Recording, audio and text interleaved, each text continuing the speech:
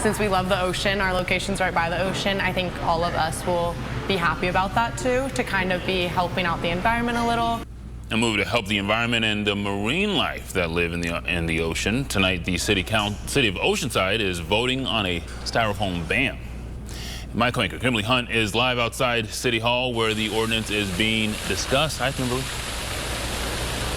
Hi, Wale. Yeah, right now Oceanside is one of the only coastal cities in our county that doesn't ban polystyrene, which is commonly known as styrofoam. It's not biodegradable, and according to Washington University, styrofoam takes 500 years to decompose. If this ordinance is passed, it would expand the state's single-use plastic ban to include all businesses, such as restaurants and hardware stores, for example. Right now, it mainly focuses on grocery stores, liquor stores, and pharmacies. Well, the ordinance also bans styrofoam sales by next summer, and that includes takeout containers as well as pooled noodles. If passed, the ordinance would have a big impact across Oceanside, especially on restaurants. ABC 10 News reporter Austin Grabish is joining me now with that part of the story. Hi, Austin. Hi, Kimberly. Yeah, this ordinance would ban these styrofoam containers that, many restaurants have. I spent the afternoon going in and out of many restaurants here and found that lots are actually using recyclable products already. They're using paper cups or they're using different stuff that can go in the recycling. But some, like the taco shop I went to, are using this, and this is exactly what that ordinance would try to ban. Now, it would take some time if it was passed, and it does follow the path of other cities around California, including Del Mar, that have already taken steps to ban these products that are bad for the environment. You may recall that San Diego actually banned this already, and that came into force earlier this year. Now, this ordinance in Oceanside would also ban not just these containers for food, but also beach toys like pool noodles and other things like that that have this chemical product in it that's not good for the environment.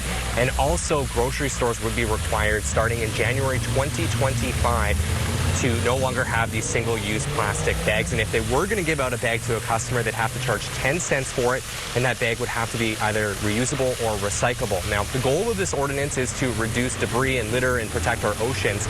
Now, as this all comes as Oceanside works to achieve a zero-waste goal. You may recall that San Diego put that ban in this year, but it actually did come with some opposition from the California Restaurants Association. Now, that group told me today that it couldn't yet comment on this Oceanside proposal because it hasn't seen it, but it did sue San Diego, saying that the products that replace styrofoam can actually be worse for the environment and costly. So there was opposition to this before, and it will be interesting to see if we get any opposition during public comment in a few minutes here. Now, I did speak to several people today, and my colleague Sierra also spoke to a cafe owner who I want you to take a listen to now.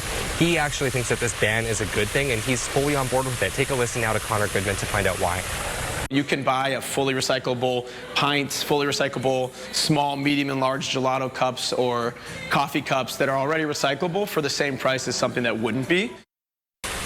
Now, some places in Oceanside are already selling recyclable bags, including Target. That's where I got this bag for 10 cents earlier today.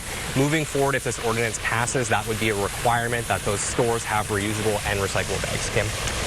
Have they talked about how they will enforce this, though? Yeah, that's an interesting question. So I see in the ordinance some consultants kind of talking about a lot of education that they would do for this, but I don't see anything about fines. And that was interesting to me because in the 32-page ordinance, I didn't see fines come up at all. Interesting because in San Diego, there are fines for restaurants and businesses that don't follow through. So that will be something to keep an eye on to see if, there's small businesses that don't want to comply, if that Oceanside's going to fine them or not.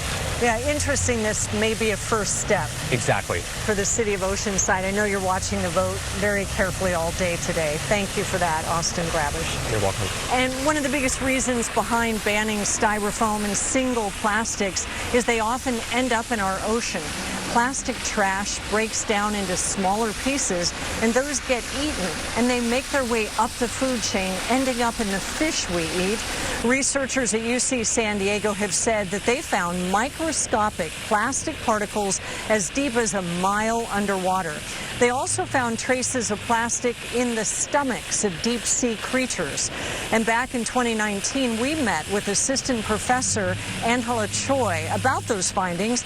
She called it a wake-up call to everyone about the importance of a clean, pollution-free ocean.